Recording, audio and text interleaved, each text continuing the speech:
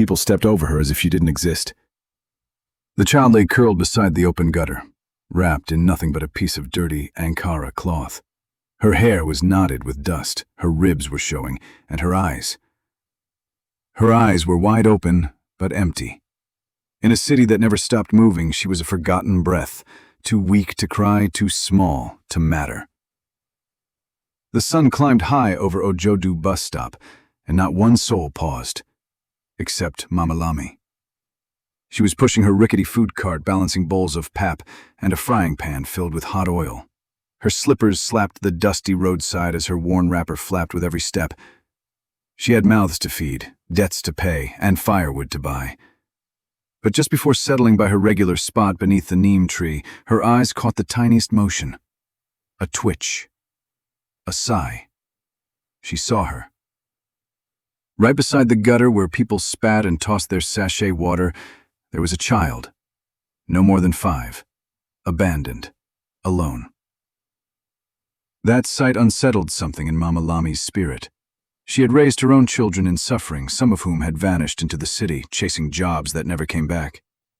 Her own daughter had died young, but this girl, this fragile shadow, looked like pain had made a permanent home on her tiny face. The vendors around looked away. They'd seen too many like her. Street children were part of the landscape now, just like the potholes, the noise, and the fumes from Danfo buses. But Mama Lami couldn't ignore this one. Maybe it was the way the girl didn't even flinch when flies crawled into her nostrils. Maybe it was the way the earth seemed to pull her in, as if it wanted to hide her from the shame of this world. Mama Lami reached into her cart and scooped some steaming pap into a cup. She tore one akara in half and placed both beside the child. Still, the girl didn't move, not until the scent of bean cake brushed her nose. Her head turned, slowly, shakily. Then, like a wounded cat, she reached out with both hands and clutched the food.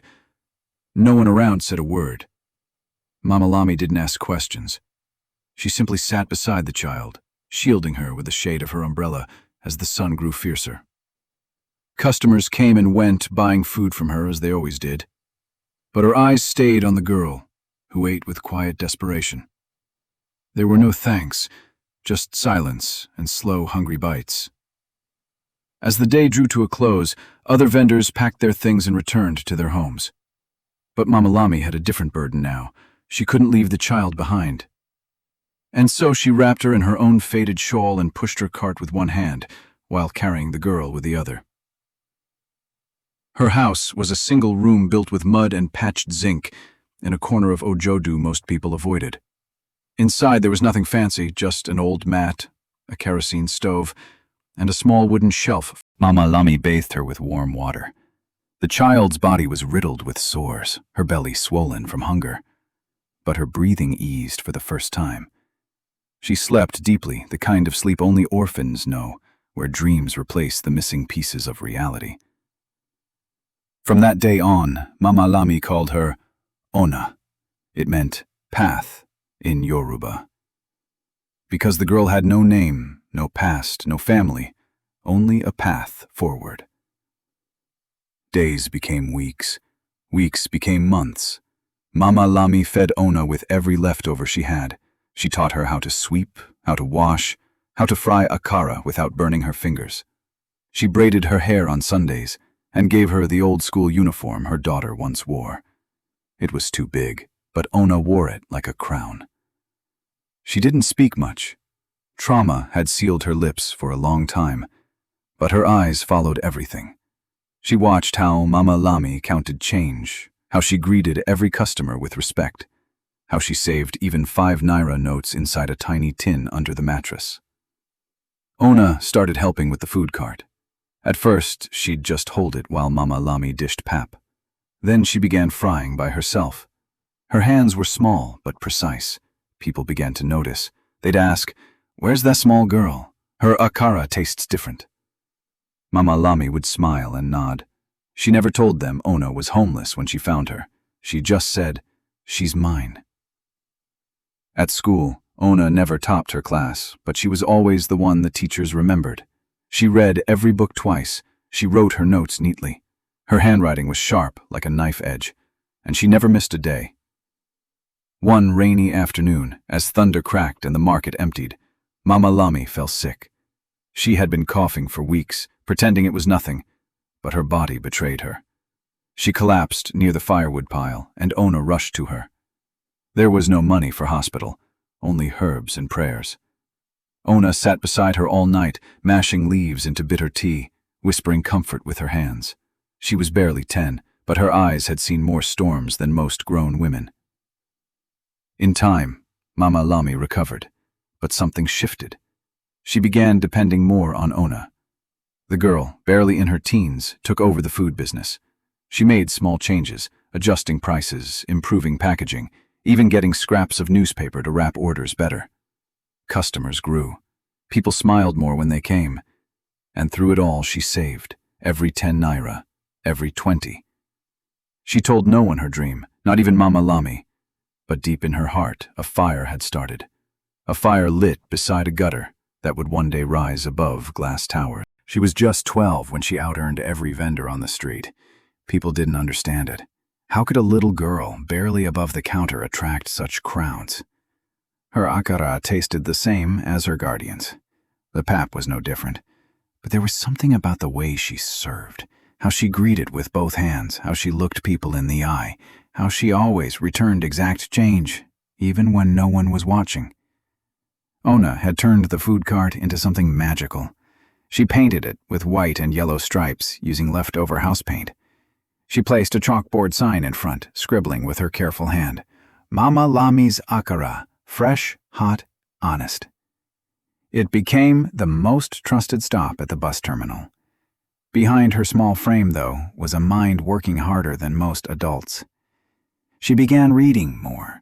Late at night, when the charcoal had gone out and Mama Lami was asleep, Ona read with a kerosene lantern beside her. Not just school books, she borrowed newspapers from the man who sold recharge cards and pored over them like scripture. She read about companies, markets, billionaires. She circled names like Aliko Dangote and Ibukun Awoshika. She whispered those names to herself the way other girls whispered songs. And every time she dropped coins into her savings tin, she would close her eyes and say, "For the future." Her secondary school was a government one, crowded and rough. Girls dropped out every term due to pregnancy, hunger, or early marriage. But Ona walked every morning in that oversized uniform, sometimes soaked in rain, sometimes burned by sun. She never missed a test. She never gave up. At home, Mama Lami's bones began to slow. Her voice wasn't as strong, and her legs no longer chased the food cart like before. But Ona never let her feel useless. She still called it Mama Lami's cart, and every profit made was placed into Mama's hands. She applied for scholarships in secret. She didn't want to worry Mama Lami. But her WAEC results came with shock. 9 distinctions. She was the best in her school. Local news mentioned her name once, and that was enough for her. Still, there was no money for university. So Ona did something bold. She took her savings, walked into a printing shop, and paid to make flyers. On each flyer, she wrote in strong capital letters, "My name is Ona. I'm seeking help to go to university. I want to build a company someday. I was a street child. Today, I sell akara. I have dreams." People laughed. Some crumpled her papers. Some called her foolish. But one woman, just one, took a photo of her and posted it on Facebook with the caption, "If we can send this girl to school, Nigeria has hope." The photo went viral. It found its way to a former school principal in Canada who had retired to Nigeria. A woman named Mrs. Mariah. She visited the roadside, met Ona, sat beside the cart, and asked no questions. She just watched. That same month, Ona received a scholarship, full tuition, accommodation, even clothes. Mama Lami wept the day she left, not out of sadness, but out of something deeper. She had never traveled past Lagos, and now the girl she found beside the gutter would cross seas she never dreamed of. University life wasn't easy. Ona battled loneliness. Her accent made her self-conscious. But she studied. She worked in the library. She volunteered. Every month she sent Mama Lamy a letter, sometimes with money, sometimes with words like, "Soon, Mama, soon." She majored in business development, minored in ethics. She graduated first class, with honors written in gold. Her final thesis was titled, "Building Empathy into Commerce, a New Model for African Leadership." Her professors were stunned. Her ideas were sharp, not copied, not borrowed, lived. But Ona didn't stop there. Instead of returning home immediately, she interned with 3 companies. She absorbed their operations, learned their weak spots, watched how they handled power, and how they failed to value people. By the time she was 24, Ona had formed a blueprint. She returned to Nigeria not as a girl, but as a storm. Her first business was built in a small room above a tailoring shop. She called it Ona Foods. It started with one product, pre-packed organic akara mix. The same recipe she learned from Mama Lamy, now standardized, sealed, and branded in sachets. The brand exploded. Within a year, it was being stocked in local supermarkets, then on flights, then exported. Investors came. Some wanted shares. Ona refused unless they agreed to keep her workers on equal pay. Every bag of mix came with a message printed boldly, "Made by the girl who slept beside a gutter." People cried reading it. They bought it not just for the taste, but for the story. She didn't stop there. She launched a training program for female street vendors. She funded children who sold sachet water to return to school. She built a tech hub in her old school compound. She hired old teachers and paid them twice their former salary. And through it all, she never missed a monthly visit to Ojodu. Her car, black and silent, would stop beside the old neem tree. And there, still in her chair, was Mama Lamy, her back curved, her wrapper faded, but her heart always full. Ona would kneel before her, place her head on her lap, and whisper prayers only the street could understand. They didn't recognize her at first. Not the street boys who once chased her away with stones. Not the bus drivers who once stepped over her tiny frame. Not the woman who sold secondhand shoes and once hissed when Ona came too close to her stand. Because now, Ona stepped down from a black SUV with tinted glass, heels clicking on the same dusty road where her bare feet once bled. The air around her seemed different, like even the wind made way. Ona had returned to Ojodu not for glory, but for home. Her foundation, now named Ona's Path, was launching a massive food training facility right at the edge of the market. The very soil that had once held her tears was about to become sacred ground, an academy to train thousands of young women in culinary business, hygiene, and entrepreneurship. The dream wasn't to just feed people, but to feed futures. Construction had started quietly, but the rumors had spread fast. The girl who once begged for akara under the tree was now putting up buildings with glass walls and marble floors. Some refused to believe it. They said it must be political money. Others whispered she was married to a senator. But Mama Lamy knew the truth. She had known it the day she saw Ona sketching business names with charcoal on the back of pap wrapping paper. She had seen the glow in her eyes when she counted coins. She had watched her rise, not with noise, but with focus. The facility was nearly complete when Ona announced a surprise community event. She didn't want politicians or celebrities. She wanted the market women, the real warriors, the vendors with bent backs and blistered palms, the ones who had carried Lagos on their heads without thanks. Tents were set up. Banners flew in the breeze. Food was free. Medical checkups were offered. Shoes were gifted. And every woman left with a starter kit to launch or grow a food stall, coolers, aprons, measuring cups, branded umbrellas. But the real moment came when Ona stepped onto the small wooden stage. Her face was bare, no makeup, no filter, just truth. She lifted a framed photograph of a younger version of herself, the picture taken years ago when she stood by the food cart with her flyer in hand, begging for help. The crowd went silent. Then she raised a second photo, this one of Mama Lamy, standing proudly by her akara pot, laughing wide, with flour on her cheeks. That was when the tears came. Even the sun seemed to pause, casting a warm golden light over the gathering, as if blessing the moment. Mama Lami, seated at the front, wept softly, her hand clutching a small piece of cloth from the wrapper she had used to wrap Ona the day she took her home. Ona didn't give a speech that day. She didn't need to. Her life had already spoken. Instead, she stepped down from the stage, walked to Mama Lami, and wrapped her arms around her, the same way she had once been wrapped in that faded shawl. People stood. Some clapped. Some dropped to their knees. Others just cried. The following day, headlines roared. Former street girl builds academy in Ojodu Market. From Akara to executive, Ona changes the narrative. The facility opened with a batch of 100 young women. Each was assigned a mentor, given capital, and taught not just how to cook, but how to run a business. Ona made sure every graduate left with 3 things: a toolkit, a certificate, and a vision. One girl in the first batch came from the exact gutter Ona once lay beside. And that wasn't the end. Ona Foods had become a national name. Her products were now in over 600 stores across Africa. Her online training series for food sellers was downloaded in over 20 countries. She had been invited to speak at forums, to dine with presidents, to be featured in magazines. But she always declined the labels they tried to stick on her. She didn't call herself an influencer, a mogul, or queen of Akara. She called herself one thing only: daughter of the roadside. Because even now, with an empire under her name, Ona never forgot the sound of her stomach growling on cold nights.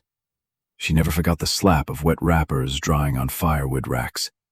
She never forgot the girl who stared at beans frying in hot oil, not for taste, but for survival. And she never forgot Mama Lami. Each Sunday they sat side by side under the neem tree. A new bench had been built there, clean and polished, but the memories remained etched in the soil. Mama Lami would hold Ona's hand, whispering small prayers, and Ona would listen, as she had always done, soaking every word like sunlight on seed. That year, Ona made a decision. She drew plans for a retirement village for elderly market women, a quiet place with flowers, clean beds, proper food, and nurses, each house named after a type of food they once sold: House of Pop, House of Moi Moi, House of Agusi. And the first house? It bore one name only: Mama Lami's Haven. The rain returned, and the day she buried Mama Lami. Not a wild storm, not a loud downpour, just a soft, lingering rain that soaked the ground gently, like the sky itself was mourning in silence. It was the same kind of rain that had fallen the first time Mona was bathed in a plastic bowl beside a coal pot. Now, 20 years later, it fell again as she stood over the woman who had given her a second birth. Mama Lami had passed peacefully in her sleep. No suffering, no struggle. Just a long exhale that never came back. Her hands were folded over her chest, and beside her bed, Ona had placed the same shawl that once wrapped her as a child. It was worn now, threadbare and faded, but sacred. The entire town came to her burial, not just Ojodu, but people from every state where Ona Foods had reached. Women who once sold on the roadside, young girls who had trained in Ona's academy. Even governors and senators came in quiet humility, seated behind folding chairs under tents that could never fully contain the weight of the legacy being honored. Ona didn't weep in public. She had already emptied her soul in the silence of the early morning, kneeling where Mama Lami used to sit to grind pepper. But as she read the words engraved on the marble gravestone, her hands trembled. Here lies the woman who gave the world a CEO, not with gold, but with gari. That was the moment the rain soaked through her hair, her skin, her soul, and she let it. After the funeral, Ona stayed in Ojodu for a while. She walked barefoot through the market like she used to. No bodyguards, no cameras, just herself and the ghosts of memory whispering from every corner. The woman who once roasted corn offered her a free cob. The old tailor gave her a wrapper. She accepted both, smiling, thanking them not just for the gifts, but for witnessing her rise. Ona decided to renovate the market. She poured in millions, not to erase its history, but to honor it. Each stall got proper drainage, solar lights lit the pathways, public toilets were built, a creche was added so mothers could sell without fear. And in the heart of it all, under the same neem tree where it all began, she placed a golden statue. It wasn't of herself. It was of Mama Lamy. The statue showed her holding out a bowl of pap, hand stretched forward with a warm smile. At the base was a plaque that read, "When the world gave up on her, she gave the world someone who would never give up." That statue became a pilgrimage site. Schools brought children to see it. Women placed flowers beside it every market day. Even social media couldn't get enough. Photos trended, stories went viral again. And she built a school and called it the Gutter School. Not out of shame, but pride. "If a child can rise from a gutter," she once said in an interview, "then they can rise from anything." At the school's opening, she gave each pupil a notebook with one line on the front cover. "What you survive can become your success." By the time she turned 40, Ona had become one of the most influential women in West Africa.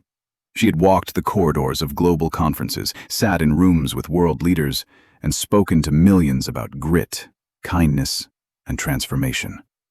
But no matter where she went, she always returned. Every year, on the anniversary of the day she first met Mama Lamy, Ona cooked with her own hands. She wore a wrapper, she tied a scarf. She rolled up her sleeves and fried akara in front of the same market, under the same neem tree. People lined up, not just for the food, but for the memory, the feeling, the proof that miracles can wear slippers and sell pap at bus stops. She never married. Not because she didn't have love offers, but because she had already poured all her love into something bigger. Her legacy was scattered across villages and cities, in the lives she rebuilt, the schools she funded, and the hungry she fed. One night, while watching the city skyline from her high-rise office, Ona opened a dusty tin box she kept on her shelf. Inside were three things: the piece of paper with the first flyer she ever printed, a torn piece of the Ankara cloth she was wrapped in as a child, and the shawl, the faded holy cloth that once said, "You are mine." She smiled, because now the world belonged to the girl who once had nothing, and it all started beside a gutter, with a bowl of pap, and the heart of a poor food vendor, who gave everything she had to a girl no one else wanted. If this story touched your heart, don't forget to subscribe to the channel. Your support helps me bring more heartfelt stories to life, one soul at a time. Please subscribe the Folkteller Bae